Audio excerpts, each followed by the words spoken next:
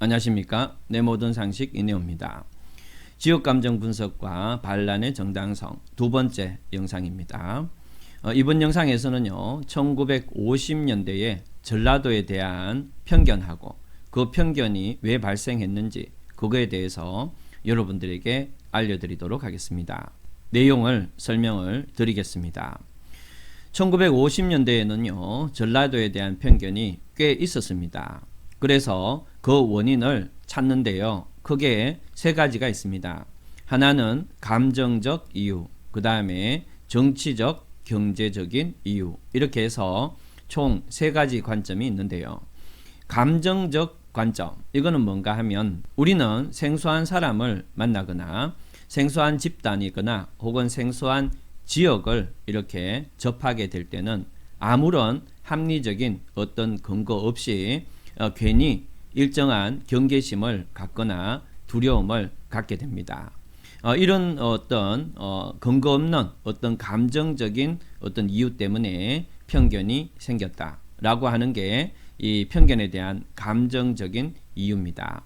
그런데 이러한 감정적인 어떤 편견은 정치적인 상황이나 경제적인 상황이 바뀌게 되면 얼마든지 바뀔 수 있는 그러한 원인이기 때문에, 그래서 지금 이 영상에서는 감정적인 이유에 의한 그러한 편견의 발생은 언급하지 않겠습니다.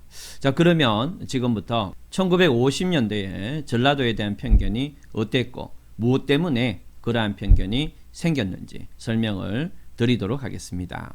우선 이 1950년대에 그러한 편견을 정확하게 이해하시려면 1963년에 제5대 대통령 선거 결과를 먼저 보시는 게 아주 중요한데요. 이 당시에 대통령 후보로는 한 5-6명이 이렇게 등장을 했는데, 그 중에서 박정희와 윤보선이 경쟁 관계로 다투었기 때문에 박정희하고 윤보선만 보도록 하겠습니다. 박정희는 전국에서 470여만 표를 얻었습니다. 그런데 윤보선은 전국에서 454만여 표를 얻게 됩니다. 이 두 사람의 득표의 차이는 15만 6천 표 정도가 나게 되는데요. 그러면 이 전라도에서는 이 두 사람에 대해서 어떤 형태로 득표를 했는가를 보도록 하겠습니다. 여기 보시면요, 윤보선은 전라남북도에서 82만여 표를 얻게 되고, 박정희는 이 전라남북도에서 117만여 표를 얻게 됩니다. 그래서 박정희가 전라도에서 약 35만여 표를 더 많이 얻게 되는데요. 그러면은 이 윤보선하고 박정희의 전국에서의 표 차이는 15만 6천 표밖에 안 나는데, 전라도에서 박정희는 35만 표나 더 얻게 되었다는 거죠. 결국에는 박정희가 대통령이 되는데 전라도의 지지가 절대적이었다라는 것을 아실 수가 있을 겁니다. 그런데 여기서 전라도 사람들이 박정희를 지지했다, 그것보다 더 중요한 게 있는데요.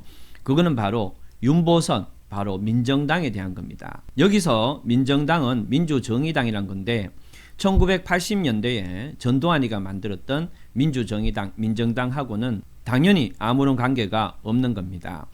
그런데 이 민정당은 어디서부터 개통을 만들어 왔는가 하면 해방 직후에 만들어졌던 한민당이라는 것에 그 연원의 뿌리를 두고 있습니다. 조금 있다가 자세히 보시겠지만 이 한민당은 어떤 식으로 만들어졌느냐라고 하면 전라도 지역에 있던 친일, 지주와 관련된 이런 사람들이 모여서 만든 게 한민당입니다. 그래서 한민당은 기본적으로 전라도 지역의 친일 지주 세력의 어떤 연합체다, 이렇게 아시면 되는데, 이러한 전라도 세력에 의해서 만들어지고 그것의 계보가 이어져 오던 정당이 민정당이었다는 거예요. 자, 여기서 중요한데요. 그런데 이 전라도 분들은 이 윤보선에 대해서 보다도 박정희에 대해서 더 많은 지지를 했다는 것이 여기서 가장 큰 특징입니다. 그러면은 이것을 통해서 뭐를 알 수 있느냐 하게 되면, 이 당시에 전라도 계통의 그러한 정치가들하고 그 다음에 전라도민들하고의 사고의 개입을 발견할 수가 있는데요. 이 당시에 전라도민 분들은 전라도를 출신의 정치가들에 대해서 동일시하지 않았다는 겁니다. 그러니까 전라도민들은 그냥 전라도민들이고 그 다음에 전라도 출신들의 정치가는 그냥 전라도 출신의 정치가들일 뿐이었다. 이런 식으로 해서 전라도민들은 전라도 출신의 정치가들에 대해서 자신들과 동일시하는 것이 아니었다라는 것이 이 표를 이 1963년 대통령 선거 결과를 통해서 자세히 알 수가 있는 그런 상황입니다. 일단 이렇게 알아두고 이제 1950년대의 정치적 상황을 먼저 보도록 하겠습니다. 이승만과 1950년대는요. 이승만과 한민당 세력의 대립이 50년대 전체를 이렇게 끌고 갑니다. 물론 한민당이라는 이 당 이름은 몇 년 못 갑니다. 1949년에 민주국민당이름으로 바뀌고 또 1955년에 민주당이라는 이름으로 바뀌어서 이런 당 이름은 바뀌지만 성격은 한민당을 계승하는 형태로 계속 유지되고 이 정당이 바로 오늘날 민주당의 어떤 기원이 됩니다. 우선 한민당이 어떤 사람들이었나를 보면 전형적인 친일 그리고 전라도 출신의 지주 세력 이것이 포인트입니다. 한민당이 친일 세력이었다라는 것은 물론 제 생각이 아니고 미 군정의 동향 보고서를 보게 되면 외국에서 독립운동 하시다가 오신 분들이거나 자익 계열의 정당들은 한민당을 당연히 친일 정당으로 이렇게 인식하고 있었다는 거예요. 여기에 이제 관여했던 사람은 송진우는 뭐 금방 암살 당한 사람이고 김성수 가장 대표적인 사람이죠. 그 다음에 김병로, 백남훈 지금 여기에 등장하는 이 사람들 말고도 이 전라도 출신의 정치가들이 꽤 많이 이 한민당을 이루고 있었습니다. 그 다음에 후발적으로 참여한 사람들이 있는데요. 서상일, 장덕수, 조병옥, 윤보선 이런 사람들은 전라도 출신은 아닌데 이 전라도 기반의 한민당에 이렇게 새로 유입된 사람들입니다. 자, 그런데 이러한 한민당이 있고요. 이 한민당이 그래서 아까도 말씀드렸지만 1949년에 민국당, 그 다음에 1955년에 민주당으로 있다가 나중에 구파, 신파 이렇게 나눠지고 조금 아까 보셨던 그 윤보선은 바로 이 구파, 민주당이 쪼개져서 그 윤보선은 구파의 수장이 됩니다. 요 구파에서 컸던 사람들이 이제 김영삼 계통이고요.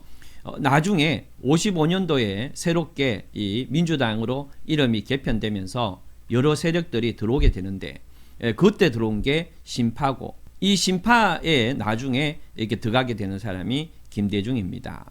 그래서 현재의 민주당은 바로 자신들의 기원을 이 한민당이다 이렇게 얘기하는 사람들이 많고 그 다음에 이런 한민당이 친일 계통이기 때문에 아니다 중간에 이건 끊겼고 나중에 뭐 3당 합당 전후나 안 그러면 이 민주당이 기원이다 뭐 이렇게 얘기하는 사람도 있습니다.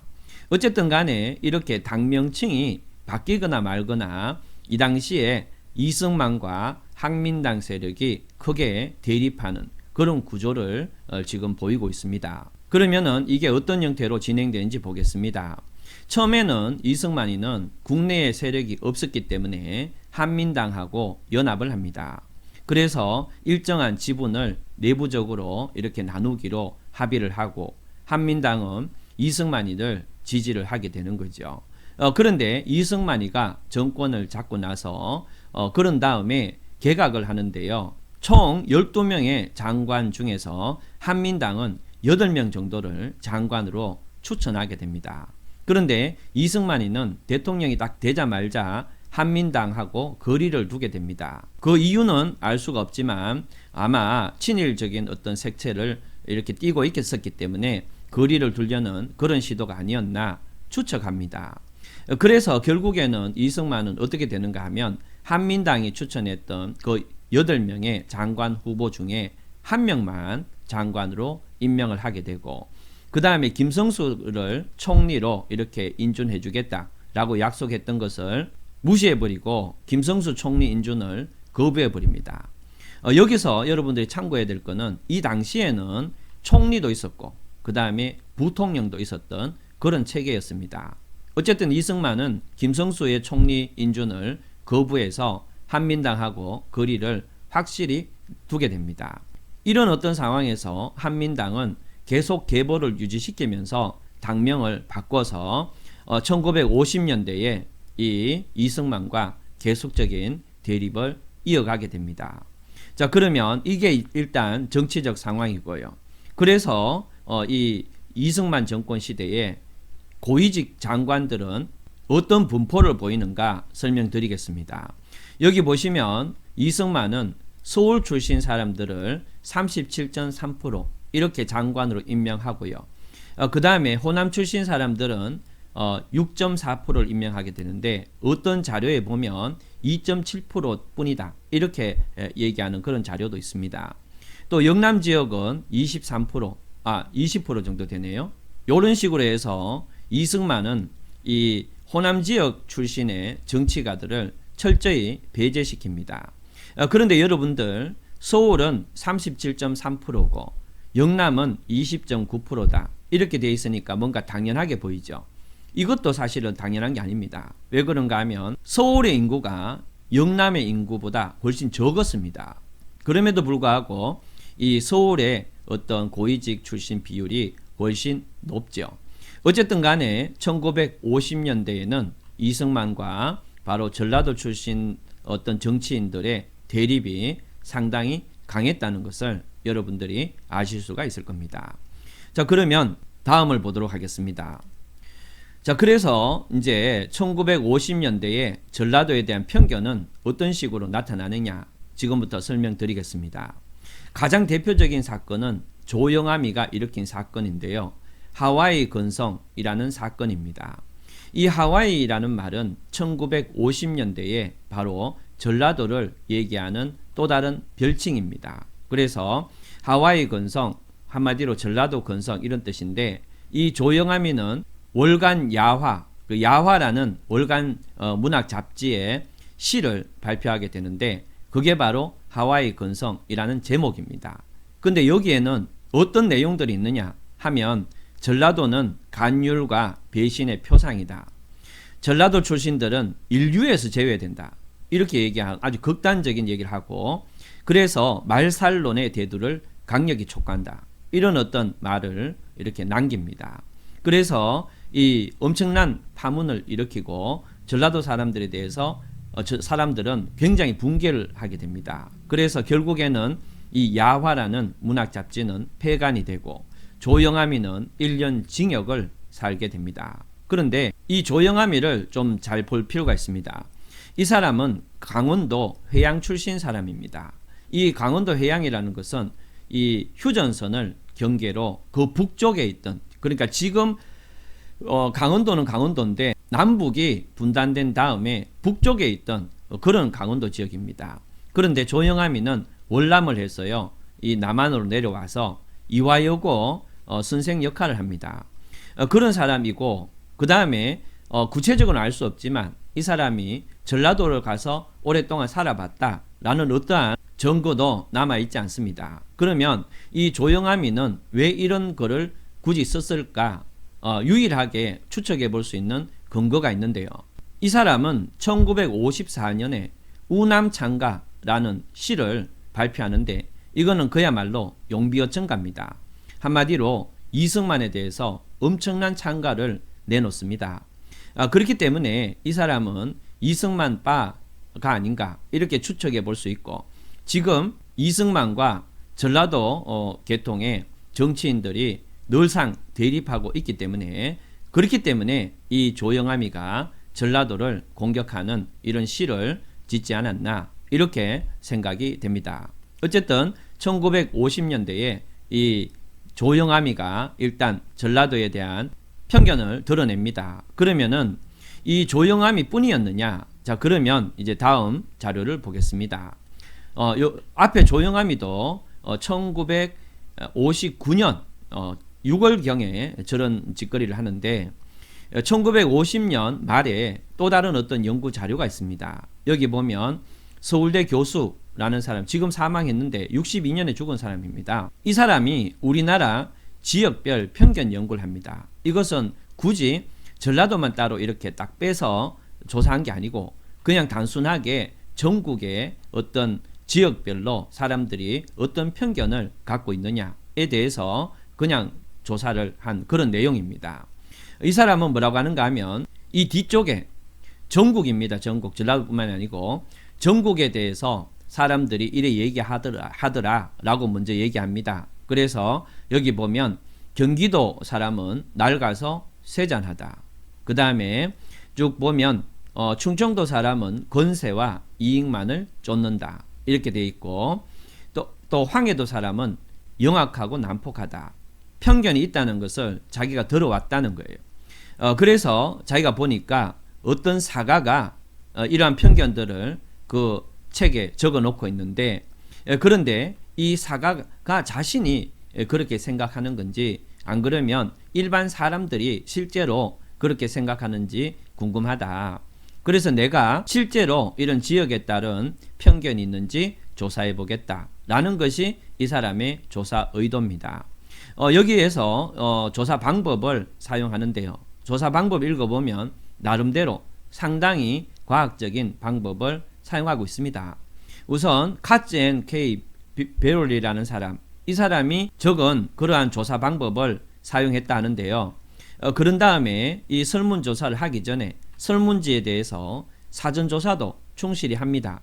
그래서 먼저 40명에게 이 질문지에 대한 사전조사를 하고 그걸 바탕으로 약 100명 정도에 대해서 또 사전조사를 거친 다음에 그런 다음에 약 380명에게 최종적으로 이 설문지에 대한 조사를 끝내고 마지막으로 770명을 대상으로 조사를 하기 때문에 이러한 조사 자체는 상당히 객관적인 조사라고 볼 수가 있겠습니다. 그래서요, 이 사람은 조사를 하는데요.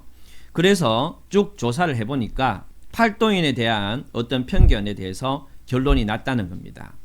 그래서 이 지역마다, 전국의 지역마다 이렇게 서울 사람, 강원도 사람, 충청도 사람 이렇게 쭉 적어 놓고 가장 많이 사람들이 선택한 그것을 이렇게 보여주는데요.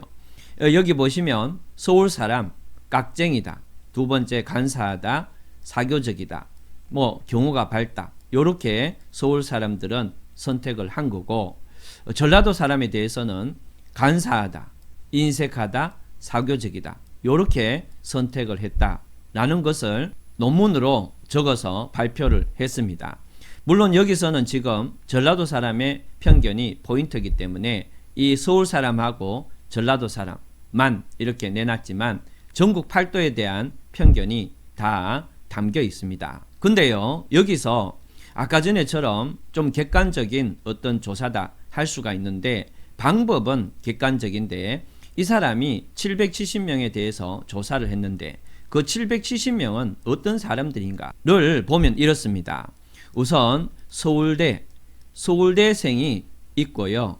또 이화여대생도 있고 그 다음에 장교, 그 다음에 마지막으로 사병 이렇게 크게 네 가지 부류를 모아서 770명을 만들었다는 거예요.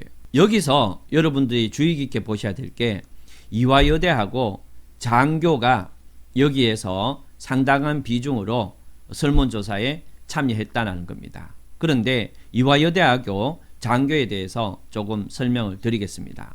이 당시에 이화여대를 졸업하고 권력의 최상부에 앉았던 사람, 바로 이기붕의 부인이 있습니다. 박마리아라고.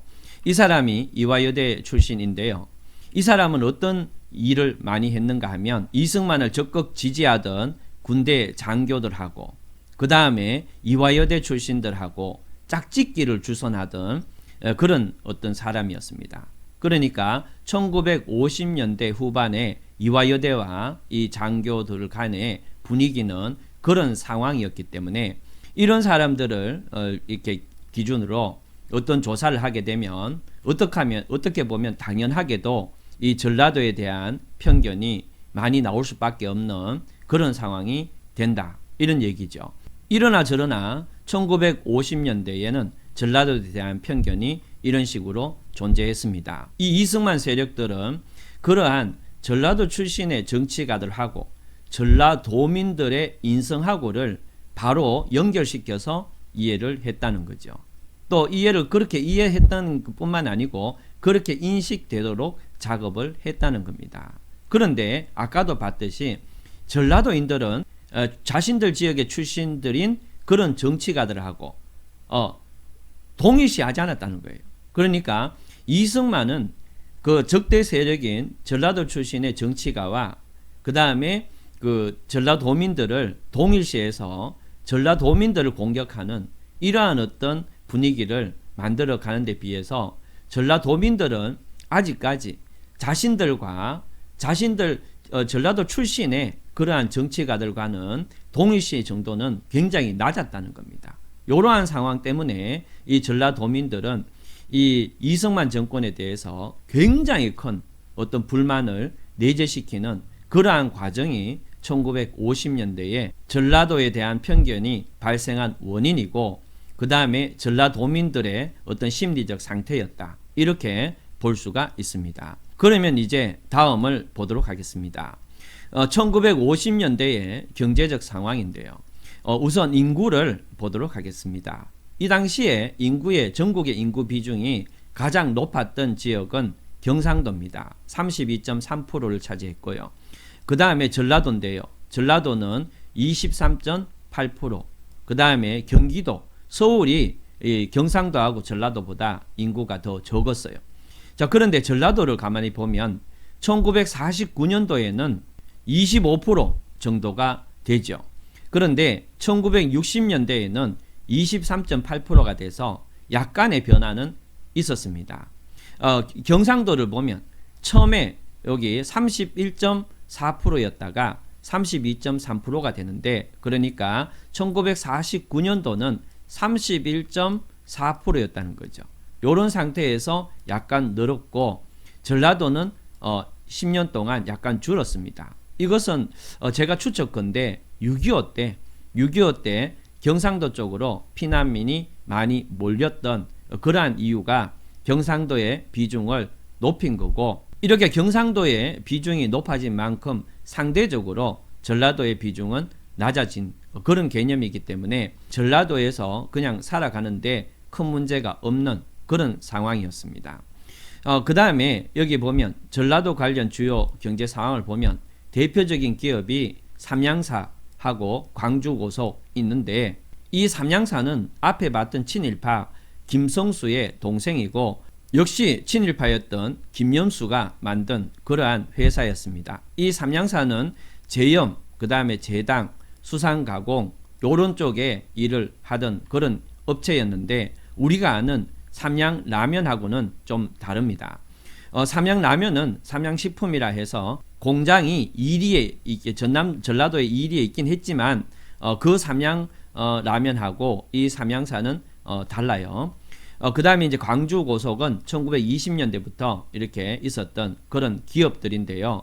여기서 중요한 게 있습니다. 이 이승만이가 이 전라도 쪽에 어떤 정치인을 이렇게 공격을 하는 과정에서 이 당시에 미국은 해외 원조를 주로 우리나라에서 많이 줬는데 여기 보면 이제 50년대 말 보면 미국의 해외 원조 정책에서 그 비중이 축소되고 있어서 걱정이다 라고 이렇게 나올 정도로 어쨌든 해외 원조에 대한 우리의 의존이 컸는데 이때 300이라 해서 밀가루나 설탕 이런 게 많이 들어오는데요. 이때에 이 삼양사나 요런 전라도 기업들이 이제 그러한 어떤 혜택을 못 보고 대신에 삼성이라는 이런 기업들이 이제 처음 자본을 축적하게 되는 그러한 계기가 막 시작되는 그런 시기였습니다. 그래서 전체적으로 보면 1950년대에 인구로 보면 전라도에는 아직 여전히 틀을 잡고 사는 사람들이 여전히 있고 그 다음에 대표적 기업으로 보면 미국의 대외 원조에 대한 경제적 혜택을 받은 그런 기업이 전라도에서는 적었다. 이것을 알 수가 있습니다. 자, 이런 상태에서요. 다시 63년도에 대통령 선거 결과를 보면은 결국에는 이 전라도 사람들은 박정희에게 이렇게 몰표를 한 이유가 뭐냐라고 하면 그동안에 이 이승만 정권에 의해서 굉장히 이렇게 압박을 받아온 그러한 어떤 결과 속에서 새로운 어떤 정치가 뭔가 바꿔볼, 뭔가 자신들의 어떤 이 압박받는 상황을 바꿔볼 새로운 사람이 필요했다는 거예요. 그래서 이 전라도 사람들은 박정희를 이렇게 투표하게 됩니다. 그러면 기왕에 투표할 거 왜 윤보선에게 하지 않고 박정희에게 투표를 했느냐? 윤보선이가 이 박정희를 이제 공격을 하게 되는데요. 윤보선이가 박정희를 공격하는 방식이 이승만이가 전라도민을 공격하는 방식하고 완전히 똑같았다는 거예요. 이승만이는 전라도에 대해서 계속 좌익 빨갱이라는 어떤 개념 속에서 전라도를 공격하게 됩니다. 그런데 이 당시에 가장 좌익적이고 완전한 빨갱이의 본부는 어디 있었느냐라고 하면 대구 경북에 있었어요. 실제로는 대구 경북이 우리나라의 빨갱이와 좌익의 소산이었습니다. 그런데 이 이승만은 좌익과 빨갱이라고 전라도를 욕하면서도 경상도는 별로 이렇게 건드리지 않았다는 거예요. 결국에는 빨갱이니 좌익이니 라는 말을 이승만이가 주로 사용한 것은 바로 전라도 출신의 정치인들을 공격하기 위한 수단일 뿐이었고 실제 그게 전라도에서 좌익이가 빨갱이였다. 그렇기 때문이다 라는 거하고는 거리가 있다는 것을 바로 대구 경북하고 비교해서 알 수가 있습니다. 그런데 윤보선이는요 박정희를 어떻게 욕을 하느냐, 바로 박정희가 남노당에 이렇게 가입해서 있다가 그러다가 일정한 어떤 정보를 제공해 주는 대신에 사면 받은 적이 있잖아요. 바로 윤보선이는 박정희의 그 점을 집중적으로 공격을 합니다. 그런데 전라도 사람들이 딱 봤을 때 이 윤보선이가 박정희의 어떤 좌익 경력 그걸 가지고 집중적으로 공격하는 것을 딱 보니까 바로 이승만이가 자신들에게 공격했던 방식하고 똑같은 거죠. 그렇기 때문에 이 전라도 사람들은 윤보선이는 이건 아니다. 그래서 자신들의 어떤 이러한 고통 10년간 받았던 그런 고통을 알아줄 존재는 오히려 윤보선보다는 박정희다. 이렇게 해서 박정희를 밀어주게 됐던 겁니다. 그러면 결국에는 이 박정희는 당선되고 나서 바로 전라도민들의 이러한 어떤 적극적인 의사를 반영을 시켜줘야 정상이겠죠. 그런데 박정희는 실제로 전라도 출신들의 어떤 정치인들을 많이 입각을 시켜줘요. 그래서 박정희 때는 거의 전라도 출신들의 어떤 장관의 비중이 한 18% 정도로 올라가게 됩니다. 그런데 왜 이제 1960년대 이후에 72년까지 문제가 생기느냐? 그것은 이제 다음 영상에서 알려드리도록 하겠습니다. 자, 그러면 오늘 1950년대에 전라도에 대한 편견이 어땠고 그러한 편견이 왜 등장했는지에 대해서 설명을 드렸습니다. 그러면 다음 영상에서는 1972년까지 이 지역 감정이 어떻게 변화돼 가는가에 대해서 설명을 드리도록 하겠습니다. 다음 영상에서 뵙도록 하겠습니다. 감사합니다.